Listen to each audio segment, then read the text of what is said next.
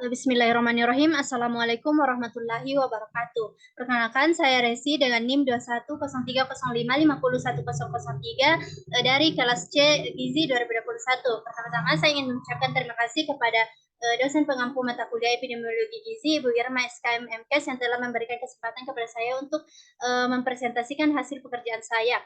Jurnal saya review itu berjudul Pengetahuan tentang stroke, faktor risiko, tanda peringatan, respon mencari bantuan, dan tata laksana pada pasien iskemik di Kota Semarang.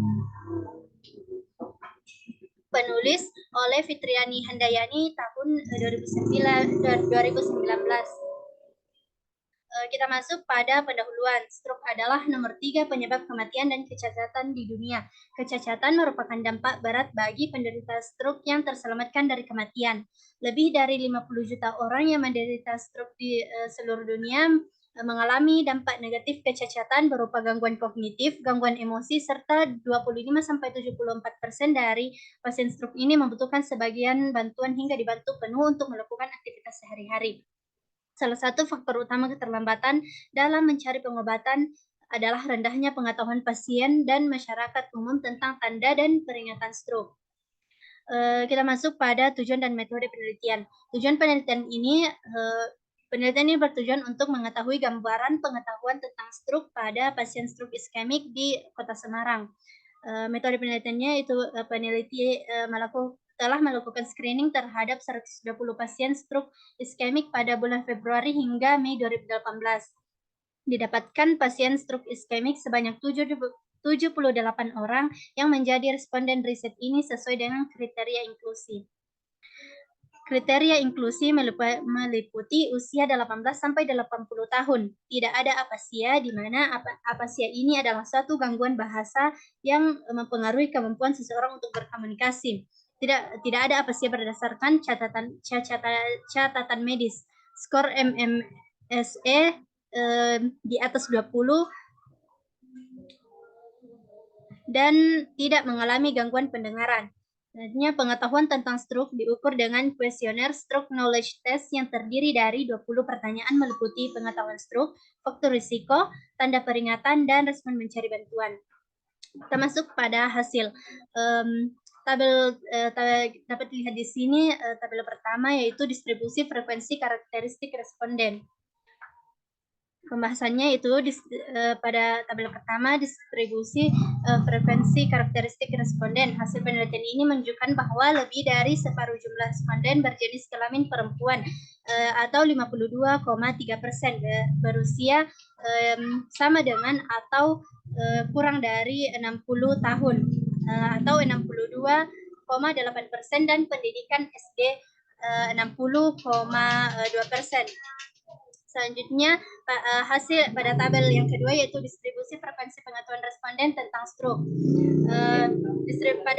Hasilnya yaitu distribusi frekuensi pengetahuan responden tentang stroke. Hasil penelitian ini menunjukkan bahwa semua responden memiliki pengetahuan tentang stroke yang buruk. Termasuk pada tabel yang ketiga yaitu distribusi frekuensi pengetahuan responden tentang stroke tiap item kuesioner stroke knowledge test. Dapat dilihat di sini hasilnya pada distribusi frekuensi pengetahuan responden tentang stroke tiap item kuesioner stroke knowledge test.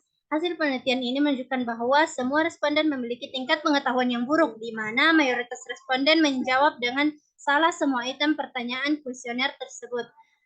Selanjutnya, pembahasan selanjutnya adalah pada item pertanyaan pengetahuan dasar stroke, pasien yang menjawab salah tentang tipe stroke 68 orang atau 87,2%. Pencegahan 69 orang atau 89,5%, kecacatan 50 orang atau 64,1%, sedangkan prevalensi adalah seluruh responden atau 100%.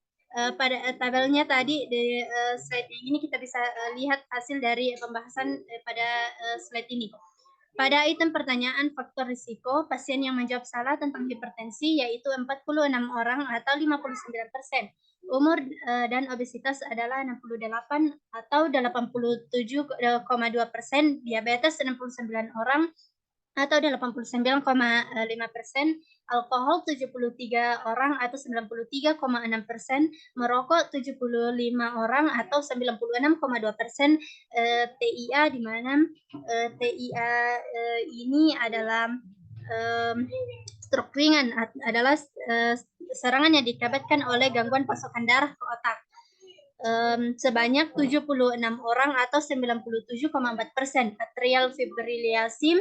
Atrial fibrillasi ini adalah denyut jantung tidak teratur dan seringkali cepat yang umumnya menyebabkan aliran darah tidak lancar. Atrial fibrillasi sebanyak 78 orang atau 100%. Pasien yang menjawab salah tentang tanda peringatan stroke adalah 69 orang atau 89,5%. Sedangkan tanda peringatan TIA adalah seluruh responden atau 100%. Pada pertanyaan responden memanggil ambulan ketika serangan, pasien yang menjawab salah sebanyak 73 orang atau 93,6%. Pada item pertanyaan tata laksana, pasien yang menjawab salah tentang tujuan rehabilitasi adalah 62 orang atau 79,5%. Pasien yang direhabilitasi 69 orang atau 89,5%. Jenis tata laksana 76 orang atau 97,4%, serta tujuan pengobatan dan tujuan pembedahan masing-masing hampir seluruh responden, yakni 77 orang atau 98,7%. Selanjutnya itu pengetahuan yang buruk pada pasien stroke iskemik dapat disebabkan oleh rendahnya tingkat pendidikan, buruknya pengetahuan tentang stroke, dan faktor risiko saat terserang stroke dapat menyebabkan ketidakpatuhan pasien stroke terhadap pengobatan dan tata laksana. Hasil penelitian ini juga menunjukkan bahwa pengetahuan tentang faktor risiko buruk. Hasil ini sesuai dengan penelitian pada tahun 2009 yang menemukan bahwa pasien memiliki pengetahuan yang rendah tentang faktor penyakit, hipertensi, dan faktor terkait gaya hidup, merokok, obesitas, dan konsumsi alkohol. Hasil penelitian ini menunjukkan bahwa pengetahuan tentang responden memanggil ambulans saat serangan yang benar masih sangat sedikit, yakni hanya 5 orang atau 6,4%. Berdasarkan penelitian ini, maka intervensi pendidikan stroke pada pasien dan keluarga perlu dikembangkan di Indonesia. Implikasi yang penting dalam penelitian ini terhadap praktik klinik adalah perawat harus mengambil peran sebagai pendidik pasien yang telah terserang stroke yang mencakup faktor risiko, tanda peringatan stroke, pencegahan, tata laksana, dan respon memanggil ambulans ketika serangan. Kita masuk pada slide terakhir, yaitu kesimpulan dan saran. Kesimpulan dari penelitian ini yaitu seluruh pasien stroke iskemik dalam studi ini memiliki pengetahuan yang buruk tentang stroke. Adapun mayoritas responden belum mengetahui tentang pengetahuan dasar stroke, tipe, prevalensi, kecacatan, dan pencegahan, faktor risiko, tanda peringatan, respon mencari bantuan, dan tata laksana. Selanjutnya itu saran yang diberikan dalam penelitian ini yaitu pengetahuan yang buruk tentang stroke mengindikasikan perlunya pendidikan tentang stroke di Indonesia. Perawat harus belajar berbagai teknik komunikasi untuk memberikan pendidikan kesehatan yang bersifat individual pada pasien dan keluarga agar pasien termotivasi. Demikian presentasi hasil tugas saya. Terima kasih atas kesempatannya. Assalamualaikum warahmatullahi wabarakatuh.